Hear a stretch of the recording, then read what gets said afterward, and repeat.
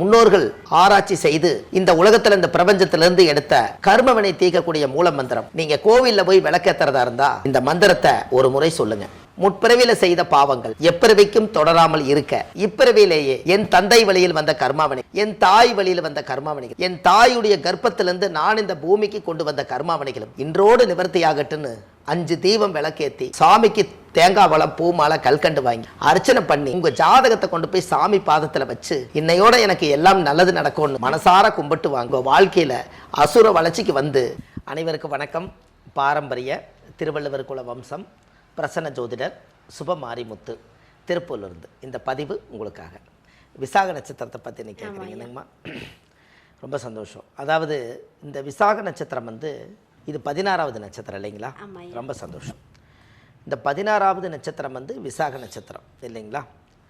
இந்த 16 செல்வங்களும் பெற்று பெருவாழ்வு வாழுன்னு சொல்லி அந்த காலத்தில் சொல்லாங்க இல்லைங்களா? இப்போ கரெக்டாக பாருங்கள், விசாக நட்சத்திரத்தில் பிறந்தாங்கன்னா அவங்க குரு திசையில் தான் பிறப்பாங்க. இந்த குரு திசை வந்து அவங்களுடைய வாழ்க்கையில் பார்த்தீங்கன்னா அந்த காலத்தில் குரு இல்லாத வித்தை குருட்டு வித்தை, குரு கெட்டான் கூறு கெட்டான், இதெல்லாம் அந்த காலத்தில் குருவுக்கே ஒரு பல சோதனைகள் வருங்களா. அந்த காலத்தில் இப்போ 18 சித்தர்கள் தான் இவங்க உருவாகிருக்கிறாங்க. ஆனால் லட்சக்கணக்கான பேர் தியானம் தவம் பண்ணியிருப்பாங்க இல்லைங்க. அவங்கெல்லாம் ஏன் ரெக்கார்டில் வரல? அந்த 18 சித்தர்களை கல்வெட்டால் வச்சு இன்றைக்கி சாமி கும்பிட்றாங்க, பூஜை பண்ணுறாங்க. அப்போ இத்தனை சித்தர்களும் தவம் பண்ணியிருந்துருக்கிறாங்க, எல்லாருமே குருவாக முடியல இல்லைங்க. அப்போ இவங்கெல்லாம் சித்தர்கள் வழியில் வந்து குருவாக கிடச்சிக்கிறாங்கன்னா அவங்க தான் இந்த குரு திசை யாருக்கெல்லாம் நடக்குதோ அவங்க ஆசீர்வாதம் பண்ண பிறந்தவங்க. எப்போவுமே உங்களுக்கு ஒன்று தெரியுங்களா, ஒரு ரகசியத்தை சொல்கிறேன். இப்போ யாராவது கிட்ட போய் நீங்கள் ஆசீர்வாதம் வாங்குறதா இருந்தால் பெரியவங்களை கண்டா காலை தொட்டு கும்பிட்டு ஆசீர்வாதம் வாங்குவீங்க, இல்லை ஒரு மகான்களை பார்த்தா ஒரு ஆசீர்வாதம் வாங்குவீங்க. அதிலேயே பெரியவங்க வயசானவங்களுக்கு யாராவதுக்கு குரு திசை நடக்குதான்னு பாருங்கள். அவங்க கிட்ட போய் ஆசீர்வாதம் வாங்கினீங்கன்னா கடவுள் கொடுத்த குருவுடைய திசையுடைய ஆசீர்வாதம் அப்படியே கிடைக்குமில்ல. அவங்க மேலே தானே குரு திசை நடத்துகிறாரு, அவரோட குரு சக்தி அவர்கிட்ட இருக்கும் இல்லைங்களா. அது வந்து ஆசீர்வாதம் வாங்கினவங்க நல்லா இருப்பாங்களா. இந்த விசாக நட்சத்திரத்தில் யாராவது ஒருத்தர் பிறந்தா அம்மா அப்பாவை வந்து கொஞ்சம் எகுத்து பேசுவாங்க. ஏன் எகுத்து பேசுவாங்கன்னா அதாவது வந்து விசாக நட்சத்திரத்தில் பிறந்ததுனால திருச்செந்தூர் முருகர் வந்து விசாக நட்சத்திரங்க. இந்த முருகர் வந்து அப்பா அம்மா பேச்சை கேட்கல இல்லைங்களா. அதனால அப்பா அம்மாவே எகுத்து கேள்வி கேட்கக்கூடிய ஒரே நட்சத்திரம் விசாகத்துக்கு தான் உண்டு. சில பேர் தன்னடக்கத்தோட சரிங்கமான்னு போயிடுவாங்க. ஆனால் விசாக நட்சத்திரம் குருவோட சக்தி அதிகமாக இருக்கனால அப்பா அம்மாவையும் எகுத்து பேசுகிற அளவுக்கு அவ்வளோ ஒரு ஞான சக்தி அந்த குருவுக்கு இருக்குங்களா. அவங்கள எகுத்து பேசுனா அன்பில் பேசுகிறதானே, ஒரு பெரிய எதிரடியான ஒரு எதிரி கிடையாதுங்க. இப்போ இப்பவும் முருகர் வந்து அம்மா அப்பாவை கோவிச்சிட்டு போனது சீரியஸாக கிடையாதுங்க. ஏன்னு கேட்டால் அப்படி பார்த்தா அம்மா அப்பா கிட்டேயே ஆசீர்வாதம் வாங்குறதுக்கு திருமுருகநாத சாமி கோயிலுக்கு வந்துக்கிறாருன்னா அப்போ கோபம் தணிஞ்சு வந்தாருங்கிறதெல்லாம் இல்லைங்க. கொஞ்சம் கோபமாக போனால் ஒரு குழந்தை வந்து ஒரு பொருள் கிடைக்கலைன்னா ரோட்டில் உருண்டு கை காலை உதறு, அப்போ உடனே தூக்கிட்டு வந்து அவங்களுக்கு ஒரு பாய் கொடுப்பாங்க. அதுபோல் அவர் வந்து அம்மா அப்பாட்ட செல்ல பிள்ளையாத்தான் அவர் வாழ்ந்திருக்கார். அவங்க சொன்னதுனால ஒரு நல்ல விஷயம் என்னென்னு கேட்டிங்கன்னா, முருகர் வந்து சொன்னதுனால விசாக நட்சத்திரத்தில் முருகர் வந்து இந்த உலகத்தை யார் சுற்றி வருகிறார்களோ அவருக்கு தான் இந்த ஞானப்பழம்னு சொல்லுவாங்க. இந்த ஞானப்பழம்னா இப்போ இவர் உலகத்தை சுற்றி வருவார் இல்லைங்களா. இதில் என்ன உண்மையான பலன்னு கேட்டிங்கன்னா, இந்த குழந்தையிலேயே பெற்றவங்க தைரியத்தை கொடுத்துட்டாங்க. நீ உலகத்தை வந்து நான் இல்லாத காலத்தில் சுற்றி வந்தால் உனக்கு தைரியம் இருக்குதா இல்லையாங்கிறத ஒரு விஷப்பரிச்சியை வச்சு அந்த குழந்தையிலேயே அந்த திறமை கண்டுபிடிச்சிட்டு சைலண்ட்டாக அப்பா அம்மா உட்காந்துட்டாங்க. முருகர் உண்மையாலுமே உலகத்தை சுற்றி வந்துட்டார். அப்போ இந்த குழந்தை பொழைச்சிக்கு புத்தி உள்ள பொழைச்சிக்குன்னு அவங்க நாசுக்கு அமைதியாயிட்டாங்க. இது வந்து நிறைய பேர்த்துக்கு தெரியாது இல்லைங்களா. இவர் இல்லாட்டி இவர் இந்த பழத்துக்காக கோவிச்சிட்டு உலகத்தை தேடணுங்கிற அவசியம் இல்லை. இந்த பழம் இங்கே இல்லைன்னா அவருக்கு பறக்கும் சக்தி இருக்கும்போது இன்னொரு கொய்யாப்பழமோ ஒரு மாம்பழமோ சாப்பிட மாட்டாரா என்னங்க. இந்த பழத்துக்காகங்கிறது ஒரு கதை. அப்போ அவர் என்னன்னு கேட்டிங்கன்னா, தாய் தந்தைகள் வந்து பெற்ற பிள்ளைக்கு வந்து பரிசீலனை வச்சு பார்த்துருக்காங்க. இப்போ நான் இருக்கேன் அப்படின்னா என்னுடைய மகன் வந்து என்னை போல வருவாரா இல்லை கோழையாக இருப்பாரான்னு ஒரு சண்டை கட்டினா கூட நின்று வேடிக்கை பார்த்தா அவன் எவ்வளோ வேகமாக சண்டை கட்டுறான்னு நான் தெரிஞ்சுக்கிட்டா தானே என் மகன் வந்து அவர்கிட்ட தைரியம் இருக்குது நான் கணக்கெடுக்க முடியும். அதுபோல் தானே எல்லாத்துடைய குழந்தைகளும் அதான் உன் கை நம்பி உயர்ந்திடப்பாரு, உனக்கென எழுது ஒரு வரலாறு, உனக்குள்ளே சக்தி இருக்கு அதை உசிப்பிட வலிப்பார். என்னங்கம்மா. அப்போ இந்த விசாக நட்சத்திரம் அப்படித்தான் முருகரை வந்து உனக்குள்ளே இருக்கிற சக்தியை உசிப்பி பார்த்துருக்காங்க. இப்போ முருகர் ஜெயிச்சிட்டாருன்னு ஒரு கதை வரும். அப்போ கோழி மிதித்து குஞ்சு சாகாது, இல்லை குஞ்சு மிதித்து கோழி சாக போகுதா. முருகர் வந்து குழந்தை, சிவனும் பார்வதியும் பெரியவர் அப்பா அம்மா. இது இத்தனோண்டு 25 கிலோ வெயிட் போய் 100 கிலோ வெயிட்டை கொண்டுருமா என்ன? இருக்காது இல்லைங்களா? அப்போ இதெல்லாம் அந்த காலத்தில் ஒரு விஷப்பரீட்சைக்காக பரிசீலனை பண்ணி யார்கிட்ட என்னென்ன திறமை இருக்குதுங்கிறதுக்காக ஒரு விஷயத்தை நம்ம தூண்டி விடும்போது அவங்ககிட்ட இருக்கக்கூடிய அந்த உற்சாக பவர் அவங்களுக்கு தெரியும். அப்போ அவங்ககிட்ட எவ்வளவு கோப அளவு இருக்குது, எவ்வளவு சந்தோஷத்தோட அளவு இருக்குது, எவ்வளவு ஒரு நிதானமான அளவு இருக்குதுன்னு அந்த காலத்தில் பரிசீலனை பண்ணுவாங்க. இப்போ நீங்கள் ஒரு உதாரணத்துக்கு சொல்கிறேங்க. இப்போ அந்த காலத்தில் சன்னியாசியாக இருந்து நான் வந்து பிச்சை எடுத்து பழகணும்னு சொன்னாங்க கூட, சன்னியாசி ஆகணும்னா கூட நீங்கள் 10 வீட்டில் போய் ஒரு ரூபா போய் வாங்கிட்டு வரணும். அவங்க ஒரு சன்னியாசின்னா அவங்க 10 வீட்டில் சோறு போடுவாங்க, அதை வாங்கி நீங்கள் தனியாக சாப்பிட்டு பழகணும். இதெல்லாம் நீ கரெக்டாக செஞ்சால் தான் நீ வந்து ஒரு பிரம்மச்சாரி ஆக முடியும்னு அதுக்கும் கூட விஷப்பரிச்சை இருக்குதுங்கண்ணே. ஓகே. சும்மா நம்ம பாட்டுக்கு தட்டை தூக்கிட்டு போனால் சோறு போட்டுற மாட்டாங்க. ஒரு வீட்டில் இல்லையும்பாங்க, நீங்கள் மூஞ்சி சுளிக்காம வரணுமில்ல. ஒரு வீட்டில் 1 ரூபா போடுங்க சாமின்ட்டு போகிறீங்க, அந்த 1 ரூபா போடலைன்னா அவரை திட்டக்கூடாதுல்ல நீங்கள். அப்போ நீ ஆசீர்வாதம் வாங்கணும், நீயும் இனிமேல் நல்லா இருப்பின்னு தான் சொல்லிட்டு வரணும். அப்போ அதுக்கெல்லாம் பொறுமை வேணுன்னா நீங்கள் பிச்சை எடுக்கிறதுலேருந்து நம்ம சாதம் வாங்கி சாப்பிட்றதுலேருந்து எவ்வளோ வலி வேதனையோடு அவங்க எடுக்கிறாங்கன்னு நீங்கள் சொல்லுங்கள். அப்போ இதுக்கெல்லாம் அனுபவம் வேணுமில்லங்கண்ணா. அதுபோல தான் எல்லாத்துலேயும் விஷப்பரிச்சை இருக்குதுங்கண்ணே. விசாக நட்சத்திரத்தில் பிறந்துக்கிறவங்களுக்கு எப்போவுமே விஷப்பரிச்சை கொடுத்துக்கிட்டே இருப்பாங்க. ஏன்னா விசாக நட்சத்திரத்தில் முருகருக்கு சின்ன குழந்தையிலே அவருக்கு சோதனை வந்துருச்சலங்க. அப்போ விசாக நட்சத்திரத்தில் பிறந்தால் அவர் குரு திசையில் தான் பிறப்பார். அப்போ அவருக்குன்னு கோபம் அதிகமாக இருக்கும். ஆனால் அந்த நியாயமான கோபத்துக்காக போராடுவார். இன்றைக்கி விசாக நட்சத்திர முருகர். அதனால தான் அவருக்கு என்னென்னு கேட்டிங்கன்னா, இந்த உலகத்தில் மயில் வாகனத்தில் தான் அவர் வந்து எல்லா பச்சை பறவைகள் நிறையா இருக்குது. அவர் எடுத்துக்கிட்டது மயில் வாகனம் தானே. மயில் வாகனம் தானே அவர் எடுத்துட்டார். அப்போ அந்த மயில் வாகனம்ங்கிறது என்னென்னு கேட்டிங்கன்னா, அன்னப்பறவையை விட மயில் வாகனத்துக்கு தேசிய பறவை அவங்களுக்கு மட்டும் அந்த பவர் அதிகமாக இருக்கிறனால தான், சைவ பறவையாக இருக்கிறனால தான் இன்றைக்கி பாருங்கள் அந்த மயில் வாகனம் வந்து மயிலுடைய அமைப்பு வச்சு பார்த்தா அந்த மயிலுக்கு மட்டும் ஒரு பெரிய ஐதீகம் என்னென்னு கேட்டிங்கன்னா, 1 கிலோமீட்டர் தூரத்துக்கு முன்னாடி ஒருத்தர் வர்றாங்கிறத அதனால சொல்ல முடியுங்களா. மயிலுக்கு மட்டும் அவ்வளோ பவர் இருக்குதுங்க. எந்த ஒரு வாளும் பின்னாடி வந்து கிடையாதுங்க. ரெக்கை தான் அவ்வளோ பெருசு வாள் இருக்குது. கிட்டத்தட்ட ஒரு 10 கிலோ ரெக்கையை அப்படியே தலை விரித்து அப்படியே ஒரு தோகை விரித்து கொண்டு வருதுன்னா, அது கட்டக்கூடிய அந்த வீரிய சக்தியை பேக்கில் கொண்டு வந்து அப்படி விரித்து ஆடி காமிச்சிட்டு அமைதி ஆகுதுன்னா, அப்போ உண்மையாலுமே அதோட வீரிய சக்தியை வந்து அந்த தோகையில் பார்க்கலான்னு சொல்லுவாங்க. அதுதான் அதனால தான் விசாக நட்சத்திரக்காருக்கு அந்த தைரியம் வீரியம் என்றைக்கும் சாகும் வரை குறையாது. அதை அந்த காலத்தில் சொல்லி வச்சுருக்காங்க. அதனால தான் அந்த காலத்தில் பழமொழி சொல்லுவாங்க, மயில் ஆடுற மாதிரி வான்கோழி ஆடிச்சான். என்னங்க, வான்கோழி வந்து வால் இவ்வளோ தானே இருக்குங்க, அதை ஆடுனா யாராவது பார்ப்பாங்களா? ஆனால் மயில் ஆடுனா நின்று பார்க்குறாங்கல்லங்க. அதனால தான் அந்த காலத்தில் வந்து மயில் ஆடுதேன்னு வான்கோழி ஆடிச்சான்.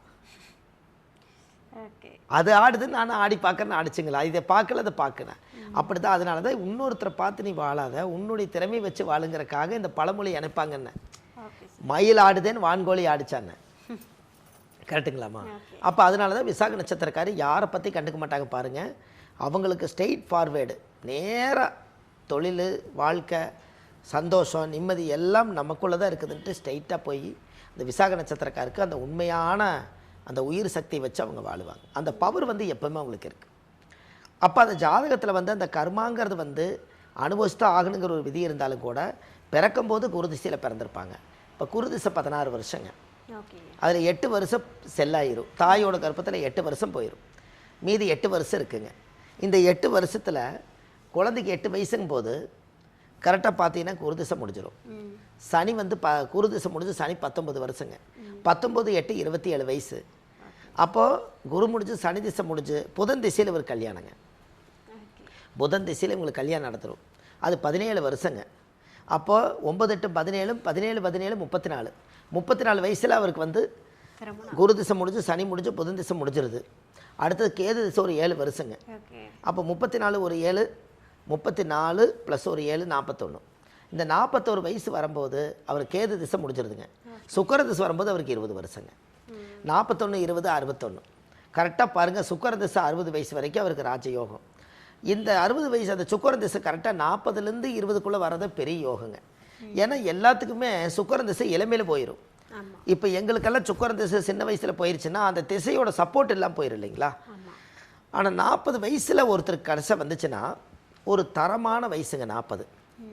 20 வயசு வரைக்கும் இளமை, 25 வயசு வரைக்கும் மெச்சூரிட்டி, 30 வயசுக்கும் போது ஒரு கல்யாணமான குடும்பஸ்தர், 30லேருந்து 40க்குள்ளே குடும்பத்தை தெரிஞ்சுட்டு இந்த குடும்பத்துக்கு தேவையான பொருளாதாரங்களையும் குழந்தைகளை படிக்க வைக்கிறதும், பொண்டாட்டிக்கு தேவையான நகை சேர்த்துறதும், வீடு வாசல் கட்டி வைக்கிறதும், சமுதாயத்துக்கு தேவையானதெல்லாம் பண்ணுறதுக்கு இந்த 40 வயசில் ஒரு தனி மனிதனாக இருந்து சமுதாயத்தில் ஒரு உயர்வான மனிதன்.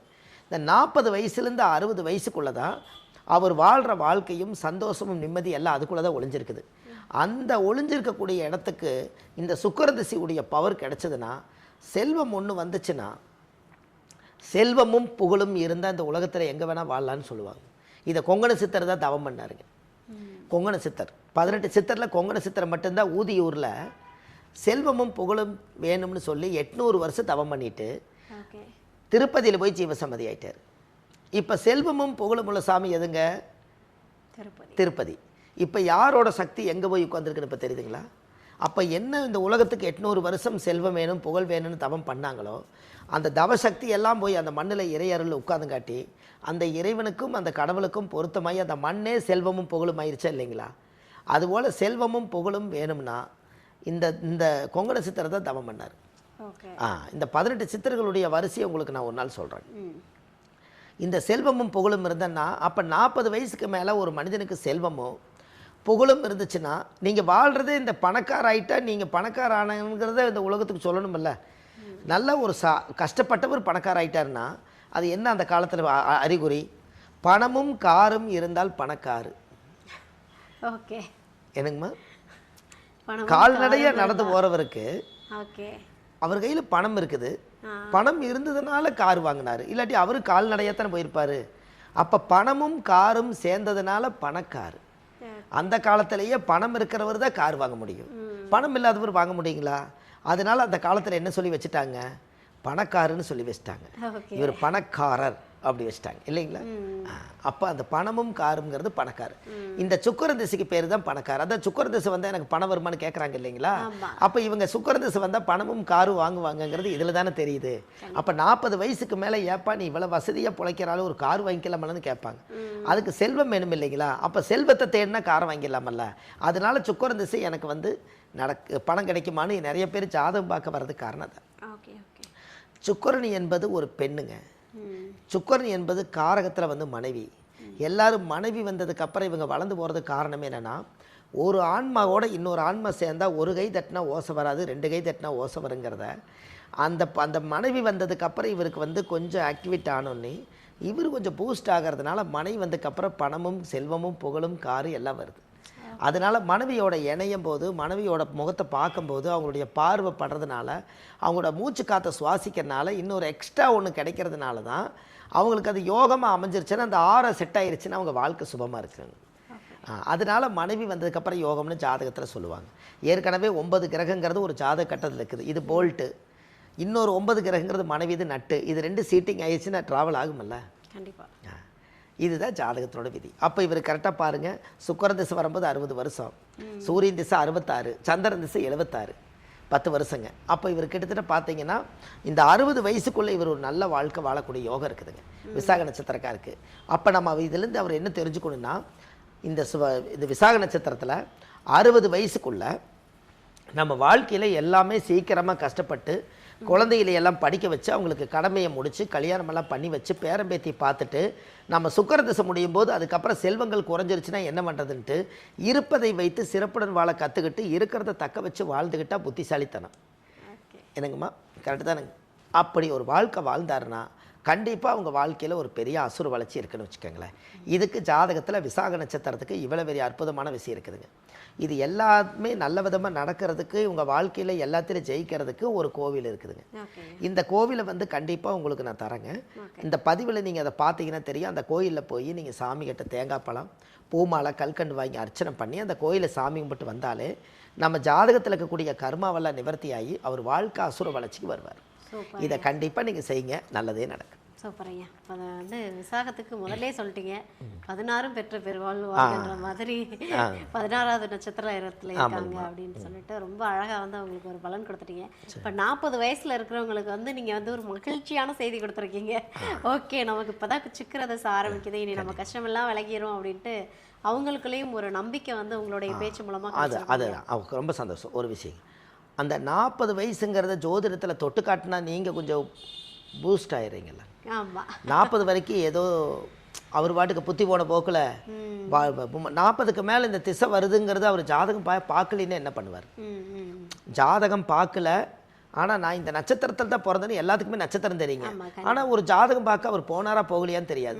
இந்த பதிவை பார்த்தாருன்னா 40 வயசுக்கு மேலே எனக்கு சுக்கரதசை வருதுன்னு இந்த ஜோசியர் சொல்லியிருக்காங்க.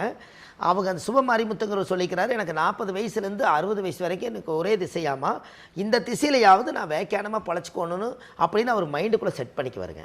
அப்போ அவர் ட்ராவல் பண்ணுறது கரெக்டாக இருக்குமில்லங்க, மகிழ்ச்சியா வந்து ஓட ஆரம்பிப்பாரு. அப்போ இந்த ஜோதிடம் வந்து அவருக்கு சப்போர்ட் பண்ணுது. கண்டிப்பாயா கண்டிப்பா. நீங்க சொன்ன விஷயங்கள் எல்லாமே வந்து இப்போ அவங்களுக்கு வந்து ஒரு பூஸ்ட் பண்ணியிருக்கு அப்படின்னு தான் சொல்லணும். ரொம்ப நன்றி ஐயா. அடுத்த ஒரு இப்போ விசாக நட்சத்திரத்துக்கு ரொம்ப அழகான பலன்கள் கொடுத்துட்டீங்க. சரிங்க. அடுத்து வந்து ஒரு நட்சத்திரக்காரங்க வெயிட் பண்ணிட்டு இருக்காங்க. கண்டிப்பா நம்ம அவங்களுக்கான பலன்களை பார்த்துடலாம் ஐயா. ரொம்ப நன்றிங்கம்மா. வணக்கம். ஐயா, விசாக நட்சத்திரம், இந்த நட்சத்திரத்திற்கு வந்து நிறைய பலன்கள் சொல்லிட்டீங்க. சரி. அவங்க போய் ஒரு கோவிலில் வழிபட்டுட்டு வந்தா எல்லா பிரச்சனையும் சரியாயிரும்னு சொல்லிட்டீங்க. கண்டிப்பா. நான் என்ன கோவில்னு நம்ம சொல்லலாம் ஐயா? கண்டிப்பா சொல்லிடலாம். கண்டிப்பாங்கம்மா, கண்டிப்பா. அதாவது விசாக நட்சத்திரத்தில் இவங்க பிறந்த திருச்செந்தூர் முருகருடைய நட்சத்திரம் இல்லைங்களா? அப்பேற்பட்ட திருச்செந்தூர் முருகருடைய நட்சத்திரத்துக்கு ரகசியமான கோயிலுங்க. அவங்களுடைய விசாக நட்சத்திரத்துக்குன்னே உண்மையான கோயில் வந்து சித்தர்கள் கட்டி வச்சிருக்காங்க. இது என்னன்னு கேட்டீங்கன்னா தென்காசி மாவட்டத்தில், இந்த தென்காசி மாவட்டத்தில் தான் அங்கே இருக்குதுங்க. அதாவது மெயினாக என்ன அப்படின்னு கேட்டிங்கன்னா திருமலை முத்துக்குமார சுவாமி, அது தென்காசி மாவட்டங்க, அது பக்கத்தில் தான் அந்த கோவில் அங்கே இருக்குதுங்க. இப்போ மெயின் என்ன அப்படின்னு கேட்டிங்கன்னா செங்கோட்டைன்னு கேள்விப்பட்டிருப்பீங்களங்கம்மா, கேள்விப்பட்டுக்கிறீங்க. தென்காசி மாவட்டத்தில் செங்கோட்டைங்கிற ஊரில் ஒரு 7 கிலோமீட்டர் தூரத்தில் கரெக்டாக வந்து திருமலை முத்துக்குமாரசாமின்னு ஒரு கோவில் இருக்குதுங்க. அந்த கோவிலில் போய் 5 விளக்கு தீபம், சுவாமிக்கு தேங்காய் பழம் மாலை கல்கண்டு வாங்கி அர்ச்சனை பண்ணி அந்த கோவிலில் போய் சாமி கும்பிட்டு வந்தாச்சுன்னா விசாக நட்சத்திரத்துடைய தோஷம் அன்னையோட நிவர்த்தி ஆகுங்க. அதுக்கப்புறம் உங்களுக்கு அசுர வளர்ச்சிங்க, நல்லா இருப்பாங்கம்மா.